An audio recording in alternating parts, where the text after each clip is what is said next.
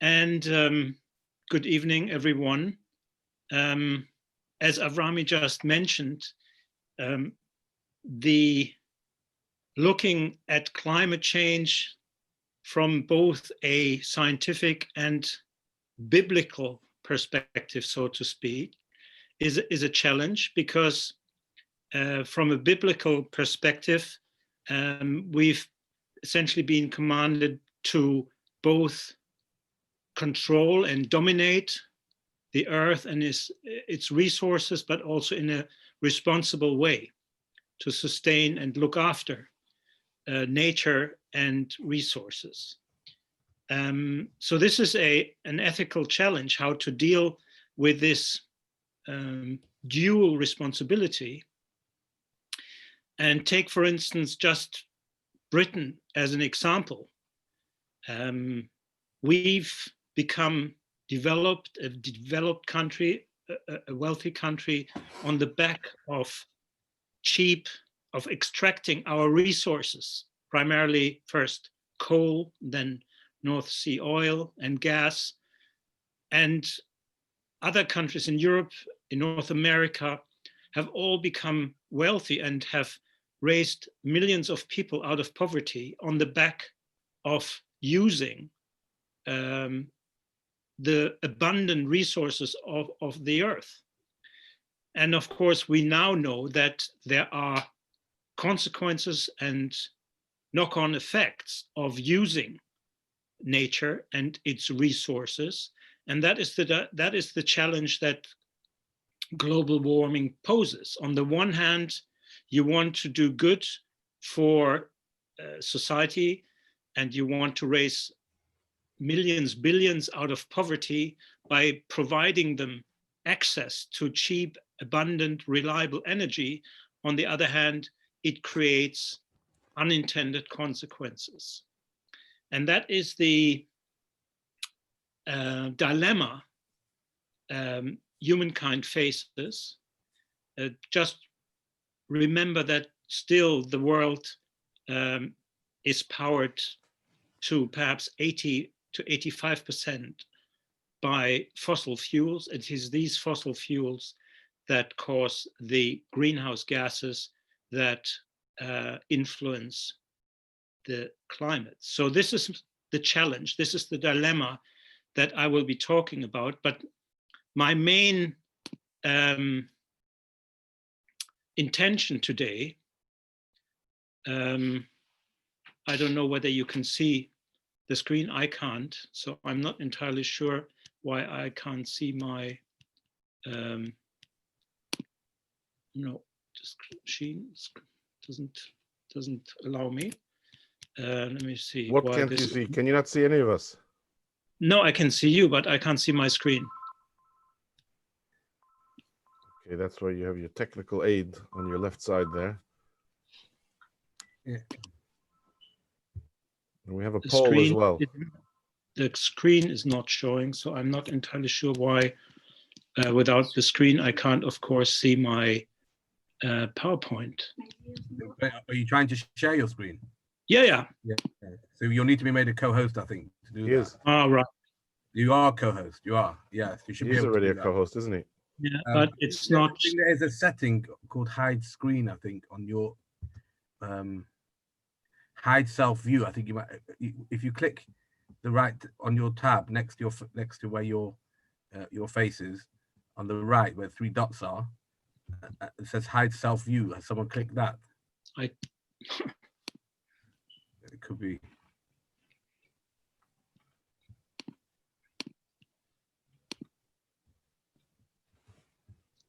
I'm afraid we've tried it before and it's not showing at all. So I don't know why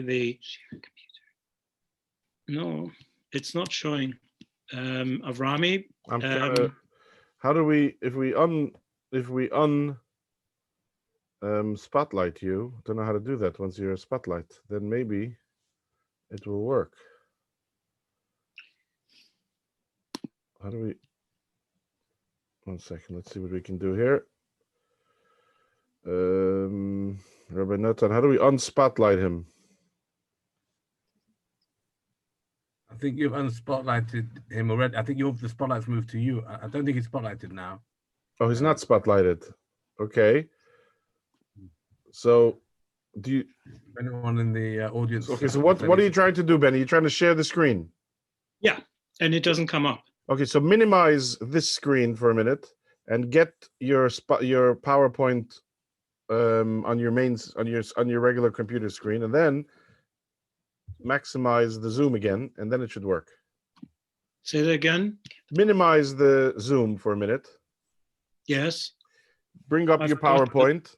Yes, got that. Okay, so now when you share screen, that should come up as one of the screens that you have on your computer opened. Go back to the Zoom. Go back to the Zoom. Here. No, it's not coming up. It worked earlier, didn't it? Yeah, it did. It did.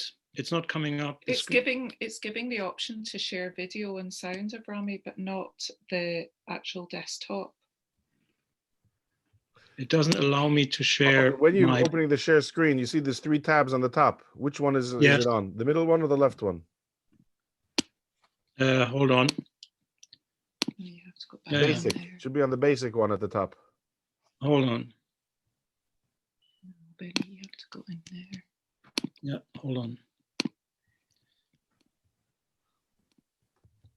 So if I now it's working. Okay. Now Okay. click there. All right. Now Here we it's go. working. Mazel tov. Okay. Oh. Sorry about that, guys. It worked earlier on, but And it works now. it works now. Good. Tell All right. me when you want to do the poll, okay? Yeah. Okay. So how does this is so first of all, just a brief explanation about the Global Warming Policy Foundation, which is a kind of non-partisan, non-party educational charity, which I direct, and we launched about 11 years ago. Lord Lawson, the former chancellor, and myself in 2009. We don't have a kind of official position on the science of global warming, and our main focus remains on really analyzing the implications.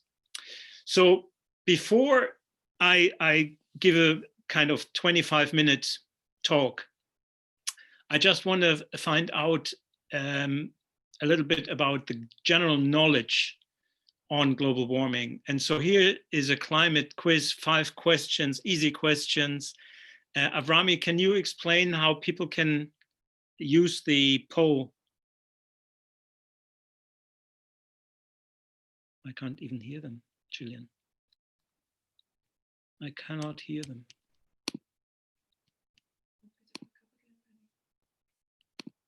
I cannot hear anyone, Julian. It's talking Benny Peiser, but I cannot hear anyone. A second, can you hear me? Yeah, now I can. Avrami's muted, so we can't hear you. He's muted himself. Right. Can Avrami hear me? He has to mute himself. Okay, this is interesting. I made a poll, but how do I get it onto the screen? The poll is here. I made it earlier.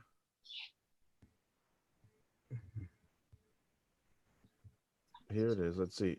Poll 1, global warming. Oh, I see how to do it. Well, I don't know how to do it. If it's too complicated, we can just ask any. Yeah, we'll do it the regular way. I'm going to unmute, and then we can do it that way. I don't know what went wrong over here. Let me try it again. Polls.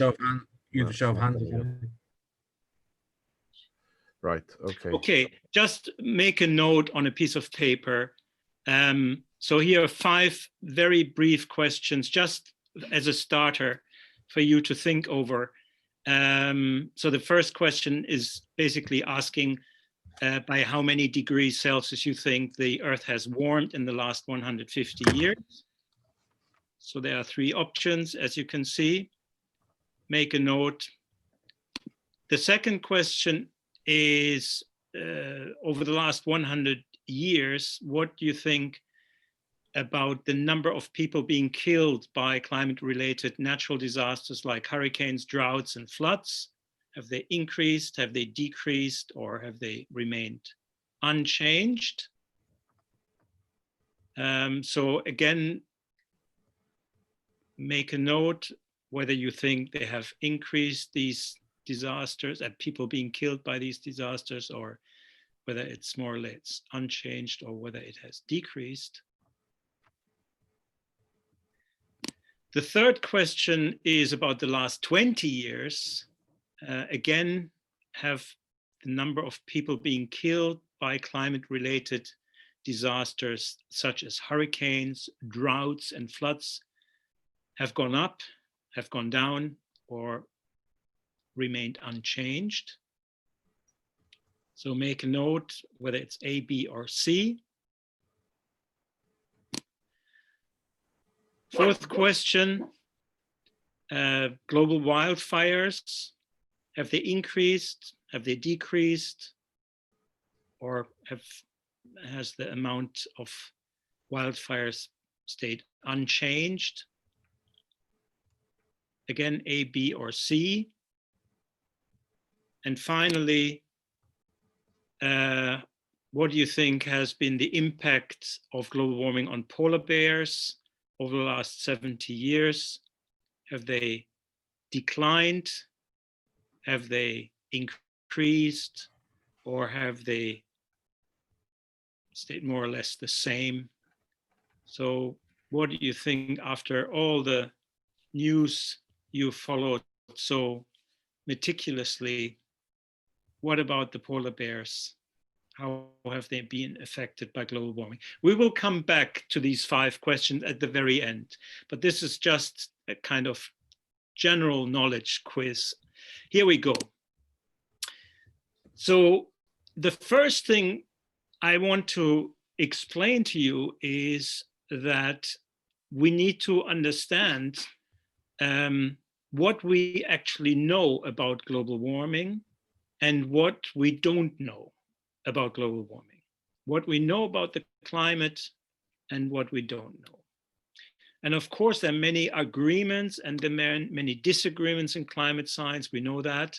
But tonight is not about really about who's right and who's wrong in these controversies. It is which claims about global warming are more reliable and trustworthy and which are less trustworthy and less reliable. Why do we believe certain claims but are more doubtful about other claims? That's the focus of my talk tonight. As I said, I keep it short. I will keep it short so that you have plenty of question and answer afterwards. So the first thing we have to understand is that we really have a limited scope of understanding about climate change because we rely on observations and reliable or verifiable temperature measurements with thermometers primarily, but nowadays also with satellites. And this only goes really back reliably to about 1850. Before then, it becomes much less trustworthy. The data becomes fuzzy and not so robust. So we know pretty well what has happened in the last 150 years because we have reliable information. But if we go further back, the knowledge about climate change becomes less and less reliable. So you will see later on, there are big question marks about whether we've had similar warm periods in the past or not. And the reason is that we didn't have thermometers globally. You know, the weather stations weren't there.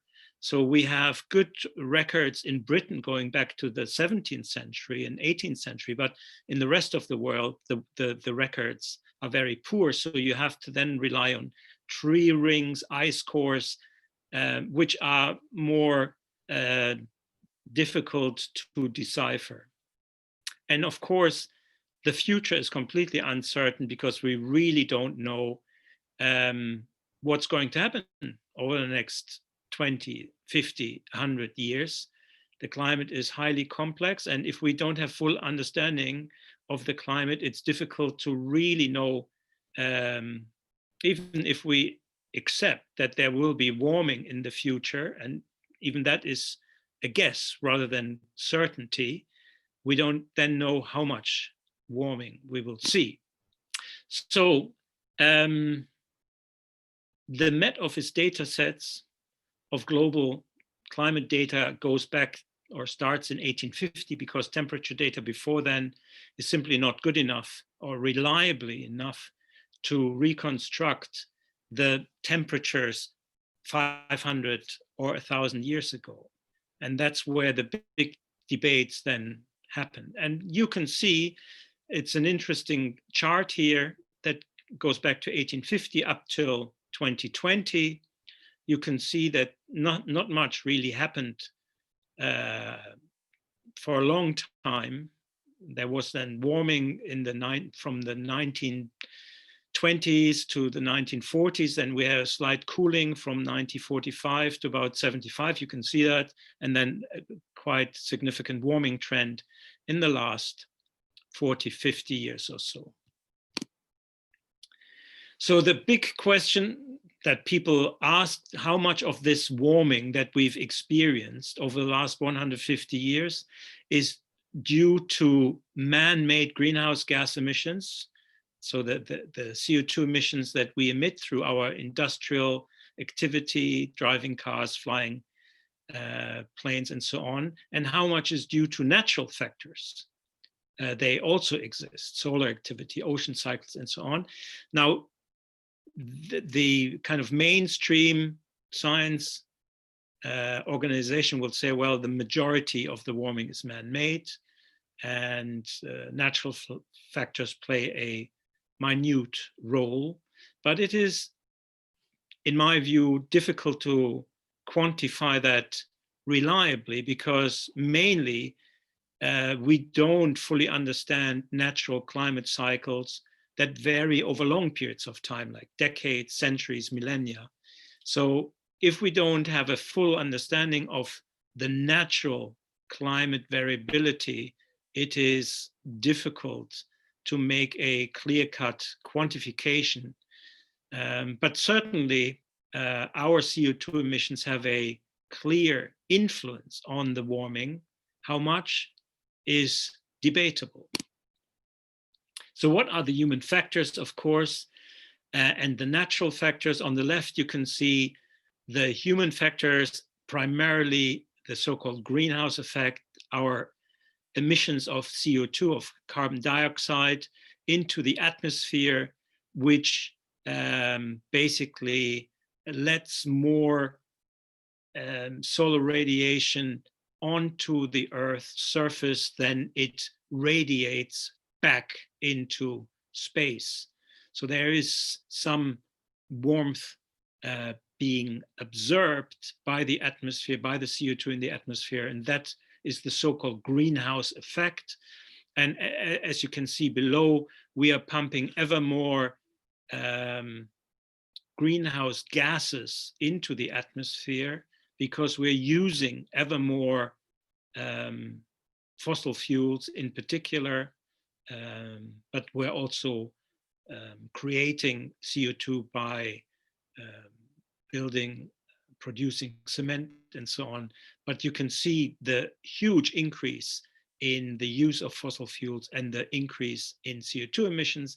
The natural factors there on the right, they are both extraterrestrial factors like solar or dust, kind of atmospheric dust, and of course, geological factors, volcanic eruptions, and so on.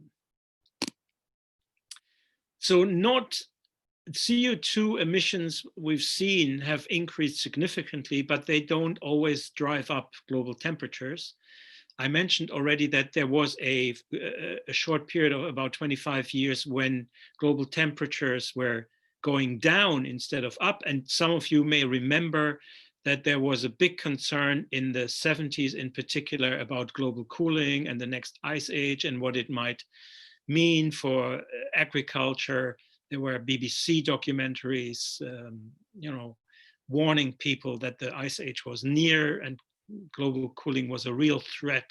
And everything we hear nowadays about global warming at the time was set or predicted to happen as a result of global cooling. But it was a short period.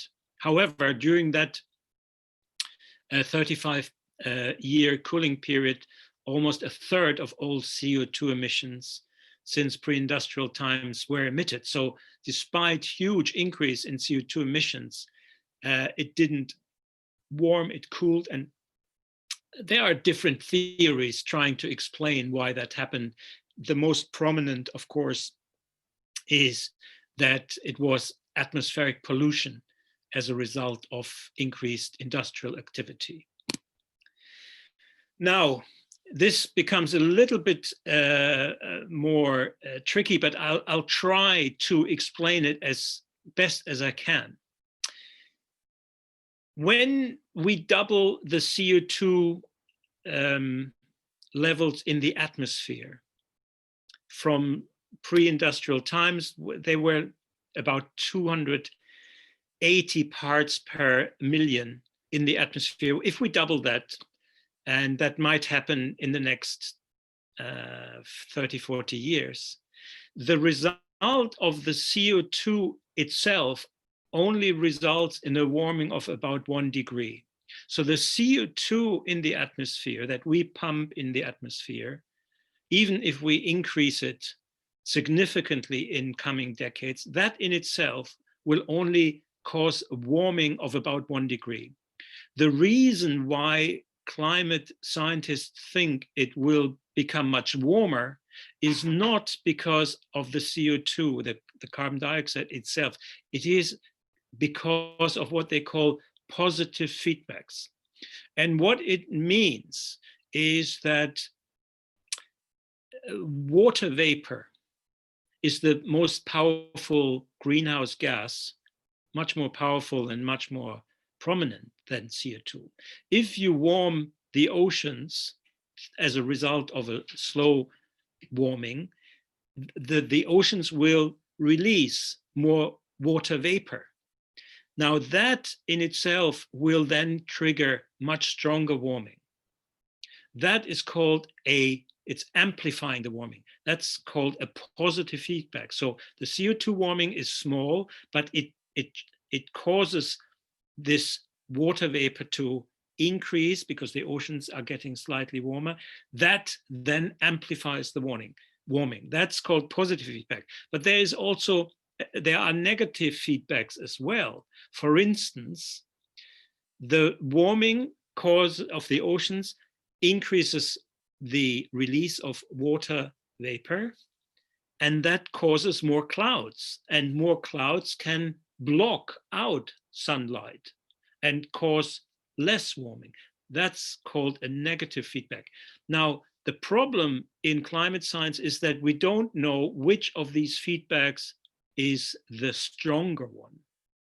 Most models assume that the positive feedbacks are much more overwhelming, and that's why they think that there will be stronger warming in the future.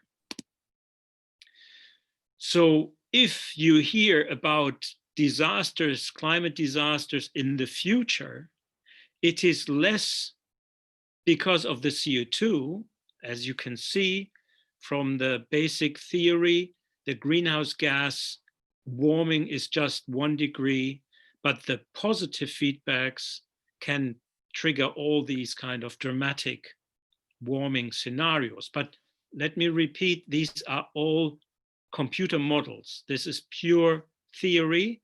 For the time being, none of this has materialized because the warming, as I said, over the last 150 years has only been 1 degree, and there's no signal that this is accelerating. So let me summarize briefly. The global mean temperature over the last 170 years has risen by 1 degree Celsius, not 5, not 8, not 10, 1 degree in 170 years. The amount of CO2 in the atmosphere has risen from approximately 0.030% to 0.040%. So we're talking here parts per million. It's a significant increase, but it's still a very small amount, which has an effect. This greenhouse gas effect is real. It actually contributes to global warming, and quantifying exactly how much of it is due to the CO2 effect, the greenhouse effect, is a difficult and contentious issue. And let me just say about the last 30 years, the average rate of global warming per decade is about 1.7 degree per decade, about half of what we originally, or scientists originally anticipated. Now we're going back in history, and the big question that scientists are always asked is, what caused previous warm periods? I know we have this global warming, but we had warm periods in the past. We had a medieval warm period, we had a Roman warm period, we had warm periods thousands of years ago. What caused those warm periods? Because during that period, there was no industrial revolution and no large-scale emission of CO2. The reality is that the science is highly contentious. There's a big debate about whether these periods were actually global and whether they were actually as warm as today. We don't know with any degree of confidence whether the medieval warm period was global or whether it was as warm or even warmer than today. But these are all reconstructions here. For instance, you can see the climate over the last 11,000 years. And at the very end on the right, you can see the steep rise in red of the kind of global warming we are currently experiencing. And you can see it looks as if it's shooting up quite quickly. But you can also see there were periods during the last 11,000 years which were as warm or warmer. Minoan warm period, Roman warm period, medieval warm period. Of course, we also had the Little Ice Age. So there are huge debates and controversies about, how reliable is this information, and because they are all based on ice cores or tree rings or boreholes in the ground. But in China, the Chinese scientists are fairly confident that in China, and they have very good and thousands of climate scientists, they are fairly certain that there were similar warm periods in the last 1,000 or 2,000 years. In both of these charts, you can see the medieval warm period, which are very similar in extent to the modern warm periods. But as I said, these are highly contentious issues. No one really can tell you for certain how warm it was and whether it was warm at the same time in North America. Whereas we now know that global warming today, the modern global warming, is actually global in extent and is affecting all continents. So here on the left, you can see the Intergovernmental Panel on Climate Change with the UN Climate Organization. They look at the last 1,000 years and they don't see much happening for 1,000 years, and then global warming takes off.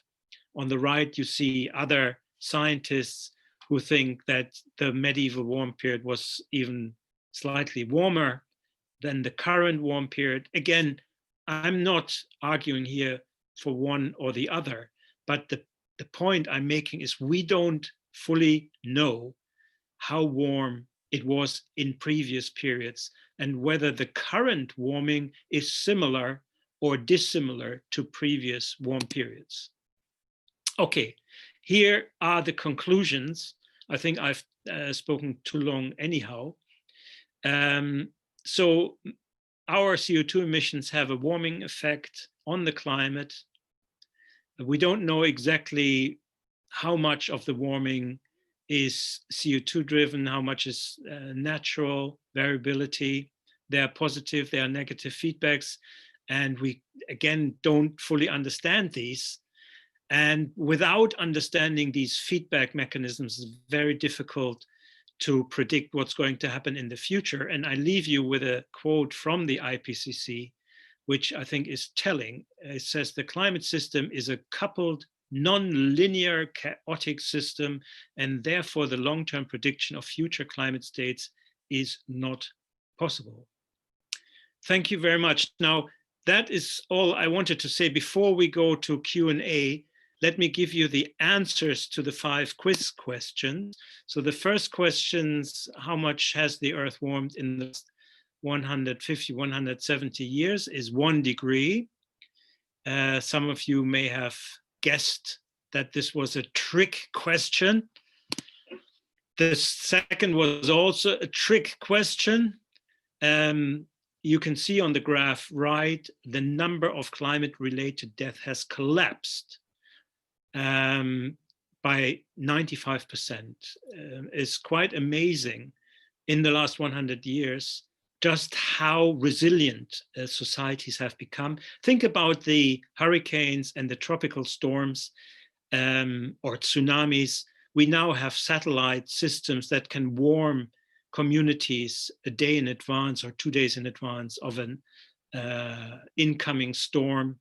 In Bangladesh in the 70s, 80s, hundreds of thousands of people would be killed by these tropical storms. Now, a day, 2 days in advance, they are being told to move inland to take cover. So that resilience has led to this dramatic decline in people being killed by these disasters. That is also true even in the last 20 years. The number of people being killed by climate disasters has decreased by a further 15%. So there is and people think, how is that possible? I hear on the radio and read in the news, natural disaster here and hurricanes there and droughts and floods and everywhere. Well, you have to, I'm sure you've heard that before, not only because it's in the newspaper, it's actually correct.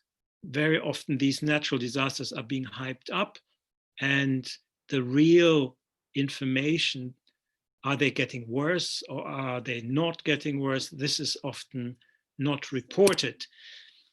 Wildfires, again, the main reason why wildfires or land affected by wildfires is actually going down is because more and more land is being managed. And you more manage, the more land and forestry is managed, the less wildfires happen.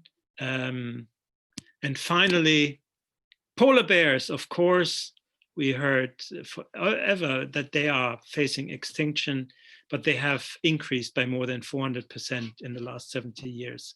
So they're doing fine. Thank you very much, everyone. And that was it. I hope you have lots of questions. Thank you. Thank you very much, Benny. Thank you. I really appreciated that. It was very interesting and informative. Yeah, questioning our assumptions and all that we hear. So I think we'll take questions. People have their hands up, so we'll go to them one at a time. But we have had also coming on the chat. So I'm going to start with a question on the chat, and then we'll take further questions. So the questions come in. Does any experimental evidence, as opposed to assumption-based modeling, support climate science? For example, regarding the relative strength of positive and negative feedback regarding temperature change on the oceans?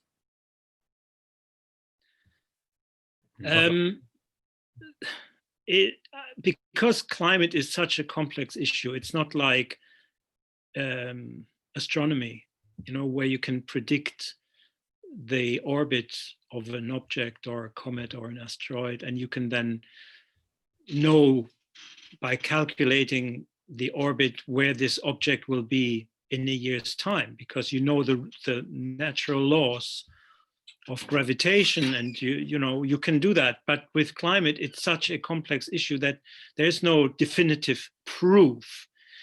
But there is, I would say, evidence that you have to take into consideration. There's clear evidence that that CO2 is a greenhouse gas, that if you pump it in the atmosphere, it will, all things being equal, will have a warming effect.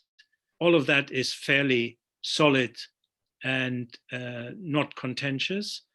I mentioned that it's much more difficult to say how much of the warming that we've seen is due to that effect compared to other factors. And that's all I would say. But because it's a complex, highly complex issue, it's more difficult to come to strong scientific proofs. That they don't really exist in that way as with other scientific fields. Right, thank you. Thank you. I saw the Malcolm Turner's got his hand up there, so I'll just go through so you can send a question on the chat. You can do the raise hand if I see it on your screen, or you can just put your hand up, and as long as I can see your video, I can also unmute you. So we'll go to Malcolm and Vivian Turner. Just let me unmute you, and you can unmute yourselves. Can you unmute yourselves? So Malcolm, you unmute yourself, please. Okay. Benny, thank you for that. It's an absolute dilemma, we can see from what you've told us. And we can't be definitive about what is happening. But would you agree that the way we are going about it, okay, just by using logic, if you like, by trying on Earth at the moment to decrease the production of greenhouse gases, that we're doing the right thing? Yeah, yes and no. Because the problem is twofold. I mean, obviously, if we were all wealthy, all the world, we could say, okay, let's forget oil and gas and coal and just build nuclear power plants and electrify the whole world with nuclear power. But it's expensive, but you could argue, make that point. If that's, if that is your main goal, is to get rid of all kind of CO2 emissions, the only way to power the world, forget about wind and solar, that in its, they will never be able to power industrial societies, really.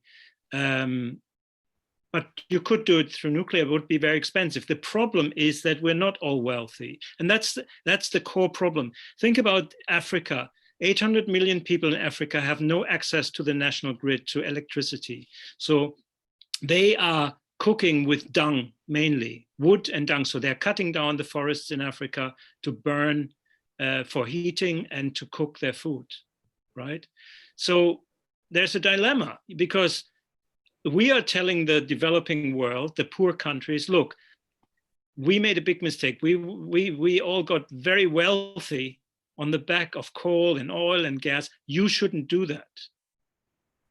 But the developing world has millions, billions of people in poverty, and they need electricity just as we do. It's also important for hospitals, for, if you want to have a factory somewhere in Africa, that factory has to work 24/7. And if it doesn't have 24/7 electricity, no one is going to build a factory there.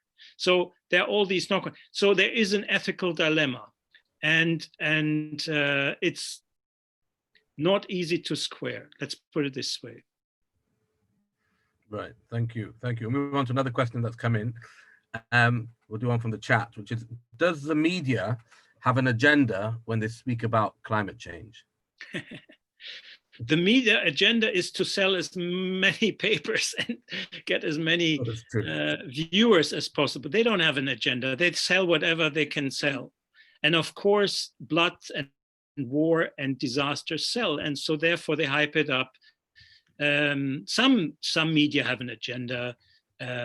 Most media, their main agenda is making money. And disasters sell. And and mind you, I think increasingly people are a bit tired of disasters, but that has always been the case that whenever there is a flood, a hurricane, a drought, it's almost it's the end of the world, and we've never seen anything like it. It's never have we seen hurricanes or floods or droughts. It's a new phenomenon, entirely new and terrible. But that's the media. That's how they make money. I don't think the media has an agenda. I think there are groups, of course, and there are vested interests with an agenda, of course. But the media, just their main agenda is to have big headlines, and the scarier, the better. Thank you. Okay, do we have anyone with their hand up? So let's see if I can see anyone want to ask a question. We have Marion Dads. So it's Stan. Just unmute yourself, please. Just unmute yourself. We still can't hear you. Unmute yourself. Let's see if I can unmute you. There we go. Can you hear me? We can hear you now. Yeah, fire away. Where's the microphone? It's always on here. What I'd like to ask the question is, there are alternatives power sources. You spoke recently about wind power, solar power. How safe is nuclear? So how safe is nuclear power? How safe is nuclear? Well, I think it is fairly safe, but it's very expensive. I mean, nuclear has been around now for, I don't know, 56 nuclear power, 50, 60 years. And there have been, of course, a few accidents. The biggest, of course, in Chernobyl. But the modern nuclear power plants are fairly safe.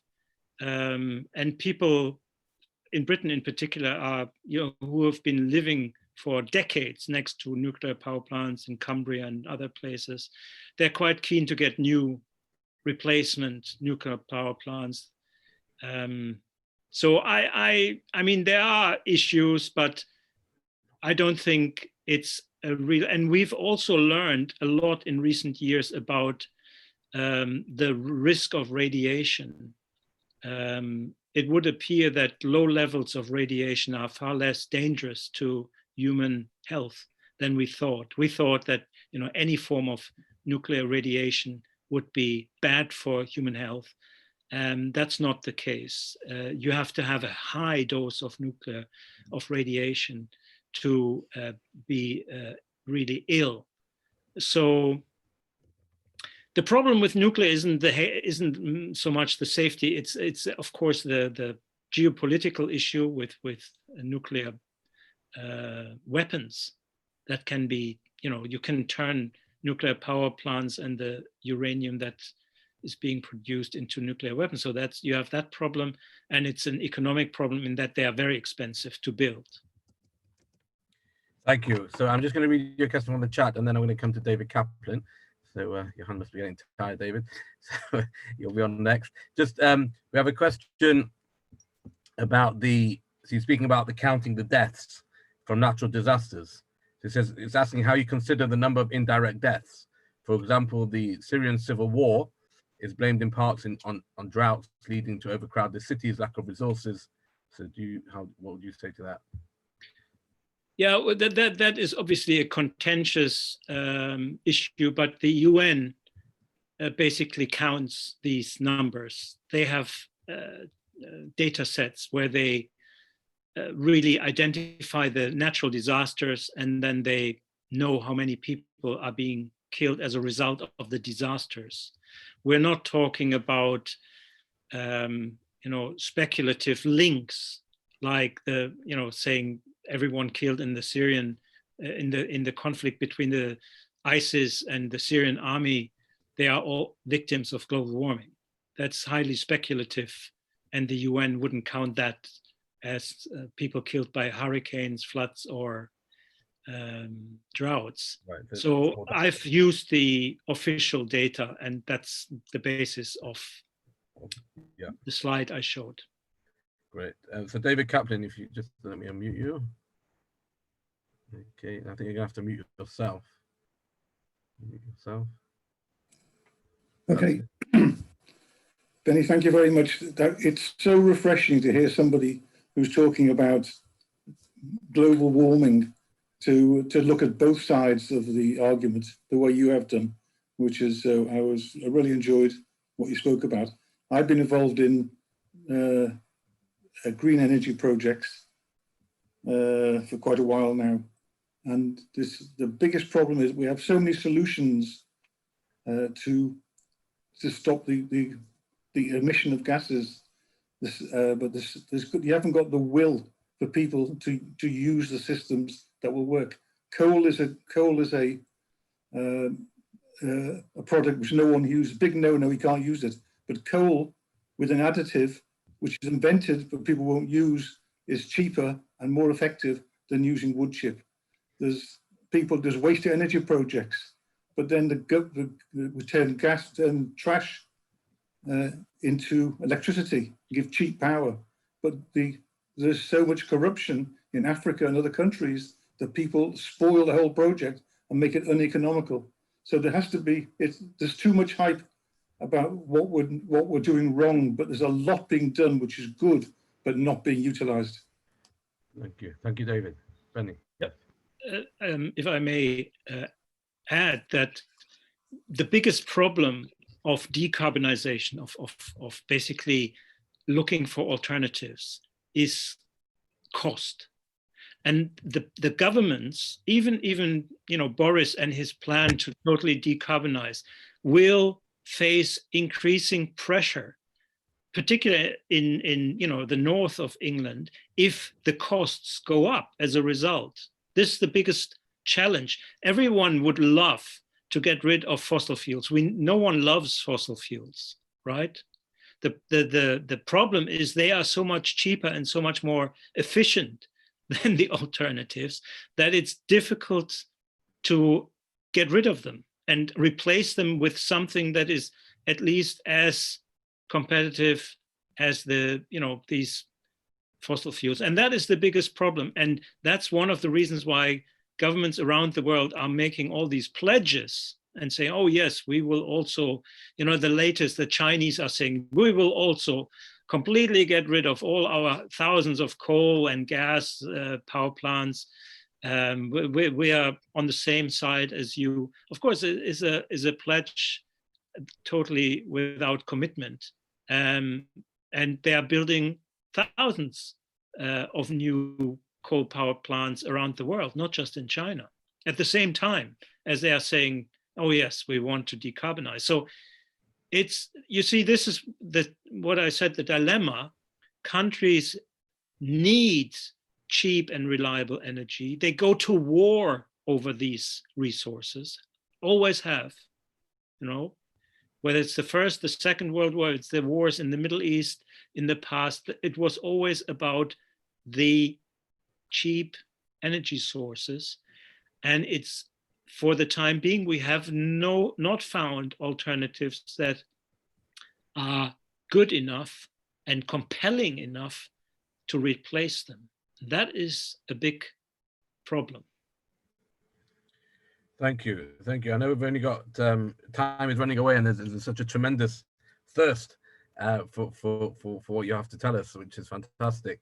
So I'm going to just take a couple more questions. I'm going to go to Hillary, sorry for your first name, Cohen, and just unmute yourself first.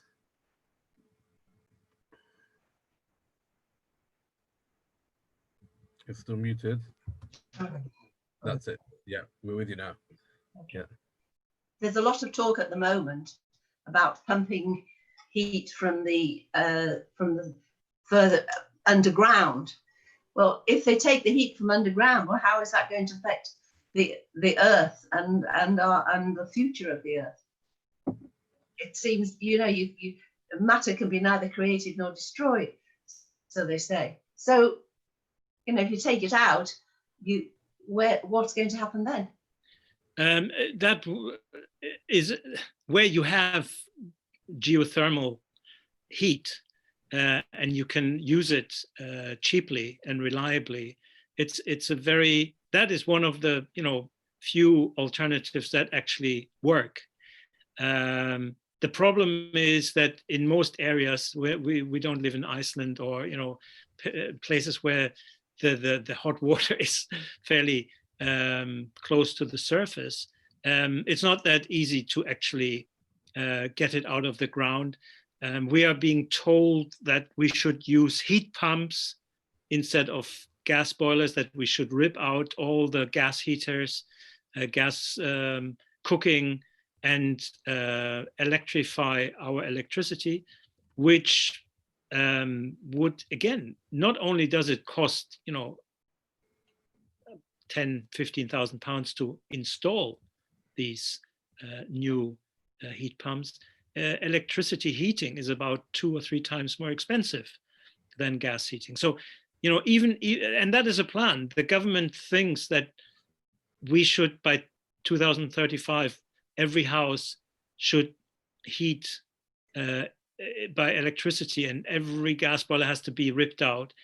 I don't think it's going to happen, because people don't have that kind of money, and people are not prepared to pay twice as much for heating their homes. It's expensive as it is. So where there is geothermal heat near the ground, it can be used, and there's no negative impact whatsoever. Thank you, Benny. I'm going to ask you a question here from the chat. A couple of people have raised it to do with deforestation. So, is there any scientific research that quantifies the impact of Amazon deforestation and its link with global warming? And then someone carries on. It's a relatively recent. It's been in relatively recent times, and therefore more relatively compared with global rate of warming. In other words, it's a more recent phenomenon. So does that affect our understanding of it? Yes, there is deforestation in the Amazon, but interestingly, there's much more reforestation around the globe than we are losing forests. And one of the reasons, is people are making money, but the main reason is that forests and plants love the CO2. For vegetation, CO2 is a nutrition. So we have this ironic development that as the CO2 in the atmosphere has increased because of our emissions, the greening of the planet has actually increased. So there is now I think 15% increase in global forests in the last 30 years, despite some countries cutting down large chunks of their forests for agriculture. So from what I've read, the balance is more on the positive side. We don't really fully understand what the implications will be. The Amazon forest is massive, but there are worrying developments for mainly commercial reasons, agriculture, and that's the main reason. So there are concerns, but I don't think it has a direct effect on the climate. Thank you. So I think we maybe have time for one more question. If anyone has their hand up, anyone wants to put their hand up. Otherwise, I think just checking the other side of my screen. There's, I think, I want to thank you. I just also actually want to take, I can see 2 people on here who have Yacht Site tonight, Jeff Max and Mike Lawrence. So I just want to take this opportunity to wish you both Chai Baruchim. So if you are joining us tomorrow at 8 o'clock, we'll be able to do a Mishnah, of course, in memory as well on Zoom. So I want to thank you, Benny, for your presentation and for your generosity of your time. And am I allowed to say that people can get in touch with you if they've got any further discussions? Of course, you're local. I'm sure they can get in touch with you through the foundation website. We really appreciate it. So thank you very much. I'm going to pass back to Remy, who's going to finish the evening with a short video clip. And I want to thank you all for joining us. And then we'll also give you some forward dates for your diary, some that we've got planned for next week and Tu B'Shvat the week after. And we hope to see such wonderful attendances. And thank you on behalf of Alata Shul, Childwell Shul, and Chabad. Thank you really much. Really good to see you all. Thank you, Benny. Thank you very much. Thank you, Rabbi Natan. Thank you, Benny. It was a fantastic evening. Before we go, I just want to share with you three things. First of all, this is what we have on for next week. This should be quite exciting. This is next Tuesday. Our very own from Liverpool, Lord David Wolfson, a new Lord in the House of Lords, from Queen's Drive to Queen's Council, or from King David to Queen Elizabeth's House of Lords. That'll be next Tuesday night. You'll get information about it and all the links and so on. And then if you have children or grandchildren, this is something very good to share with them. We're starting a program this week. And if they book in advance on Friday, they'll be able to get some fresh challah dough to be able to take home and braid and bake at home and be able to have nice fresh challah for Shabbos as well. We have, okay, those who want to stay, we have a short video of the Rebbe discussing in 1981 solar power and the potential. No, that's not it. The potentials that the world has to for solar power. Here, let me just get to the right one. Here we go. Solar energy.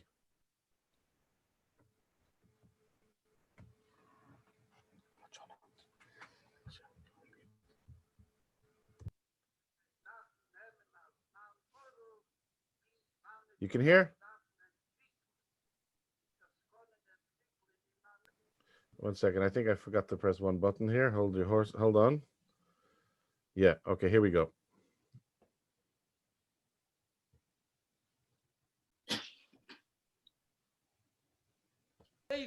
Mit das Bottle werden, der Hachnor und der Bakosche ist auf dem Betten bei anderen Medinis, man soll das zustellen. Der Mann Birchas Achama, noch einmal bei Adgosh, als da ein offener Weg und ein klarer Weg.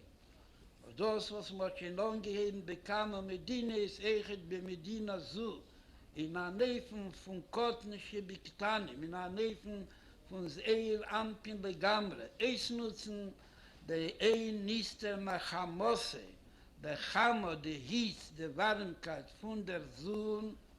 Es nutzen das, das soll werden eine Treibkraft, das soll zustellen. Die Energie, die Meeres, was wir darf haben, auf Umführen mit den Jonisch, Bote Charesches, wie kann jese beser. Das hat auch die Medina in Dorem Medina. Bishufi Gode, Bejese der Chamosse, von dem Shemesh, der Hitz von der Sonne, und es ist im ganzen Dover Hachi Kal, aber so können bringen, was sie dort beschaffen werden, durch der Chamo von dem Shemesh, durch der Hitz und die Karne Achamo, a Fieber bringen sie bechol Katzwe Hamedina.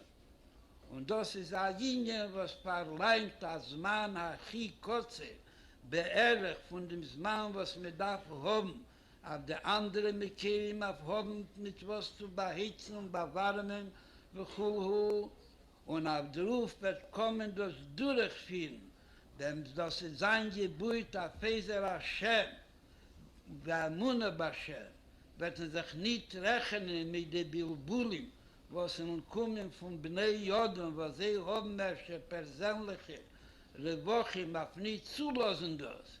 Und bemäscher Zman Kotzer Lifierach wird das befreien, die ganze Medine von seinem Meschubot zu dir mit Meluchelach, was haben das Bearzon und was meise Sibische Tie, hat man das dort voneinander gearbeitet, Ansche Medina zu Atzma. In a Neifma dort hat man das herausgebracht, Nina Keech Elapel, a der das zustellen lechol Oelam Kule. was lechere wird sich a Scheile, was wird man nufton durch der Ruhe, was 10 Nieden bat Plonin, שבטיילה מצורכי עצמה, ולנרדן ולנדרוף צווישן sich, es kemedubert kama pom im der Rambam hat togepasten, tatere semis pasten tot, als Yid sagt a Dibur echad al pi ha-tere, is ot a demelt e chayev liris atzme, v'chol oelam kulish atzmi shokol, v'chol oelam kulish shokol, und der Dibur echad kon überwegen, atzme v'chol oelam bekaf schus, und bringen die Schuhe wa Zolle. Und wie man hat es gesehen, Echid Betpeir, da Dibur, was man hat gerät, bei Jochi, danach hat man das gerät bei Rabbim, danach hat man sich mit Stadl gewähnt, soll umkommen zu Achug Rochav Jese, bis in Nir Habiro, in Zorme sich nicht mehr Jahre sein, ki mit Dubur, man hat gesehen, Betpeir, das hat a Spor, und Aschpo noch Beiser Hashem noch mehr, wie viel man stellt sich vor. Und kime Duber, dass Tevas Hamedina Atzmo, nicht a Sach, was mit Bet a Teve für a Zweiten, oder für a Chele, dass Tevas Hamedina Atzmo, sie soll befreit werden von dem Schibut, zu dem Medinis, was sie gefindt sich unter der und der Chemel, wo das Aschibu den ganzen nicht berechtigt, dass sie verbunden mehr nicht wie Heder von Hakoras Teda, mit begreift nicht und man will nicht mehr sein zu dem Ebersten. Aber der Eberste hat geschonken die Medina, echt mit Mekeris, auf Merit und auf Energie mit allem Erleschenes, wie das wird angerufen. Unhebendig von dem Keich HaChamor, und wie man hat gesagt, bei Bichas HaChamor, als Niste Mechamosse, als in der Tag in 91 Winkel in der Welt, was ist behalten von der Warmkeit von der Sonne. In der Ruf Guf ist aber dort Berges, als sie da eine Erde, was von dort nicht näher, wo das genug versehen, verdämmert, konnte sich jetzt gebracht werden in dem Scheitag, was herumdämmert, bis gebracht werden, bechol am Dino Kula, bis gebracht werden in der Kirche Lapel, in der Nähe von Daive Hesse, auf Maschpier sein Nechet auf andere Medines, und er dämmert, dass er wird der Cheres von unter dem Schibut, tut man mit der Tekev Godel Jese, und wir darf gar nicht ankommen zu Tekev, der erste Metzies allein, dass es bewusst werden. Wird so schön mit Wattel sein, dem Lachers, wie bald das in der Tor mit was sie mit Eim sein. Und man hat gesehen, man hat sich nicht gerechnet mit die, was willen das nicht zulassen, und mir tut das mit dem Zivui Hashem, auf Eisnus in der Kirche, was der Rebischter geht bei mir nur. Auf der Allahs kam der Kirche, was der Rebischter geht am Medina. Am Malchus Chesed, da sie soll das Eisnutzen, Letevas HaPrat und Letevas HaRabim, und Letevas HaMedina Kula, Letevas Kol Oelam Kula. A Teva Amiti, worin das Teva Shamayim, wie Teva. Okay. Solar energy. Benny, someone asked me a question here online, and one of the chats is that you were talking about that energy is so expensive, and that's why they've gone to war and so on, because everyone needs the energies. But there's solar and wind power, which is for free. Wouldn't it make sense that that should be developed, and that doesn't cost a penny? Well, you see, I agree. If it's so cheap, why is it so expensive? If it were so cheap, everyone would use it, and we would have not this problem. It is not cheap. Okay, if you live in a very, very sunny place, you can obviously use solar energy when the sun shines. You can't use it when the sun goes down. So you have to have something for the night, for evening, to keep the fridge refrigerated. And the same with wind. When there is no wind, you need something to have It can't be as a stored. backdrop. It can't be stored short And term. for the time being, we can't store it. We don't have big enough batteries or storage. So you see, that is the biggest problem that we hear also from governments around the world. We should just use wind and solar. We are doing this already here in Britain, in Europe. The prices are rising constantly because no one is building a wind farm or a solar farm without subsidies, because they simply don't make any profit. It's just a cost. So the problem is that anyone building these farms has to be subsidized and we have to pay for it. So wind and solar is still too expensive, and they have the problem of not being reliable. So you need then gas or coal or nuclear anyhow. So it's a problem. If it were so cheap, everyone would have done it by now. Right. If you don't mind, we have one more question here. You're going to ask this person to unmute. Ariel. There you go. Thanks. You mind putting sorry, your camera? Oh, I could, yeah. Let me see if Thank it's you. Hi. Hello. Hi. I wanted to go back to what you just said. I have a few questions, but I'll just ask this one. What you've just said about solar and wind, well, we do have ways to store it, for one. And there are recently a lot of things that are showing that solar and wind are the cheapest forms, cheaper than coal. So what I was going to ask you is, given that you've just said that there's no solar farms or wind farms that have been built without subsidies, there's also no oil, coal, or gas that is also unsubsidized. So how would you, if you're talking about the economics of it, how would you consider that oil is so heavily subsidized? If we would actually pay for how much it costs, for example, to fly a plane, given how much the oil costs, if it wasn't so heavily subsidized, it would be far more expensive. So I'm curious how you balance the economics there when one is more heavily subsidized even than the other. I'm not disagreeing that it's not, but you can't ignore how heavily subsidized fossil fuels are. Fossil fuels are subsidized mainly in the developing world. They're not subsidized in... No, but they are subsidized. They're heavily, I mean, when we buy a plane ticket, most of that cost, for example, is absorbed. The reason they're so cheap is because governments heavily subsidize oil. So while it may be that the money is going to... What do you mean subsidized oil? What do you think? They give the oil companies money? We pay them money?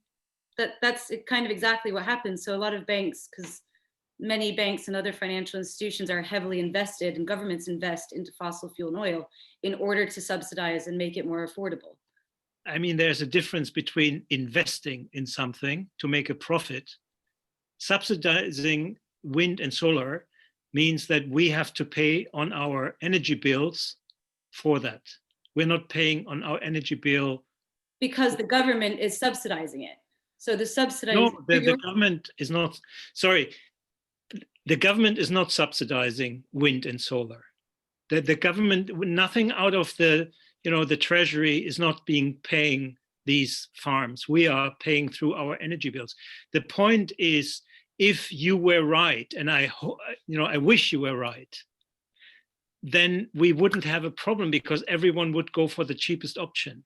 The problem is the world is going for the cheapest option, and that remains the fossil fuels. That's why we have a problem. The reason it's the cheapest option is because of how heavily backed it is by governments and businesses. So it's cheap for us, but it's not cheap overall. Yeah, but if it's cheap for us, who is paying? If we are not paying, who is? Well, there's the governments, there's fossil fuel. That's our government is our money. I mean, the government only has our money. I mean, even if, which the government isn't obviously not paying any subsidies to. They are. They're heavily subsidizing. Like if you were to pay the amount for a plane ticket, I mean, it costs me, I don't know, a few £100 or something to fly across Europe. But the actual energy that it took in order to make the plane, in order to build the system, in order to get the oil out of wherever it's coming from, to ship it here, and every step along the way, each one of those steps, if I actually paid the amount that each one of those cost, it would be far more expensive than if I were to generate my electricity, for example, from offshore wind. Right here, I live in, we're in Liverpool, so right here off the coast of Liverpool, and just have it directly here. I'm not paying for all those extra costs. So all of that is subsidized somewhere. Well, I'm sorry to disagree, but subsidies, what the governments do is they incentivize companies by offering them lower taxes. Right, which is a subsidy. They do that, but they are not actually paying them money. Right, but that means that they are not taking taxes, which we as the people therefore then need to cover, because they've reduced the amount of taxes they have to pay by so much. No, but we are benefiting from, as a result, in that we, as you said, can go on holiday cheaply, drive cars cheap, can afford to have a car, can afford to go on holiday. But the point is, even if you take that out,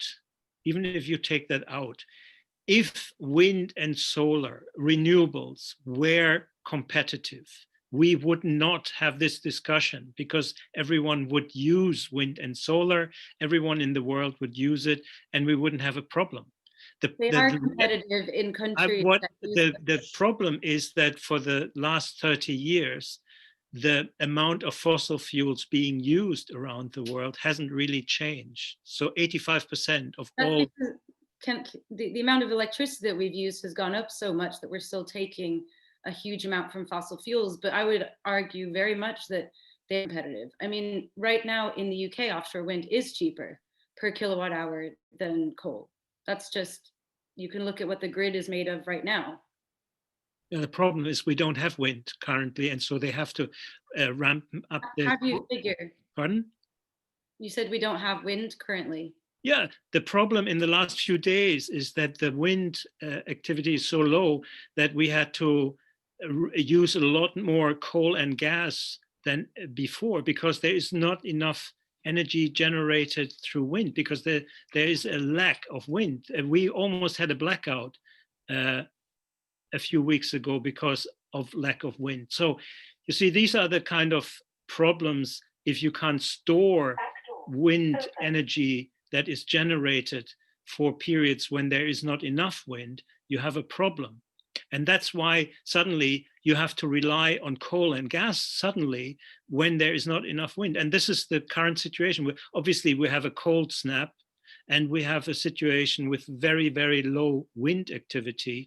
And whenever that happens, we have a problem. But let's not go into the details. The problem I was trying to make is, if renewables were as cheap, then we have solved the problem and we wouldn't have a problem anymore. If the renewables were as cheap and oil wasn't subsidized so heavily. The reason that it isn't competitive is because we don't actually pay for oil. Well, no one actually has to subsidize or subsidizes oil, gas, or coal in Europe or in the US. Yes, we do. We all do. We're going to thank you very much. Thank you, Ariel. Thank you, Benny. We're going to call it a night. Thank you. Thanks. And obviously, this is a topic that can go on and on. And but this is the end of tonight. We greatly appreciate everyone for joining. We hope you all enjoyed. We hope some of your questions were answered. We hope you have new questions. And we'll see you again next time. Remember, next Tuesday night, we're back on again. Nice to see you all. Be well, everybody. Keep healthy, keep safe, and main thing, keep happy. Bye-bye.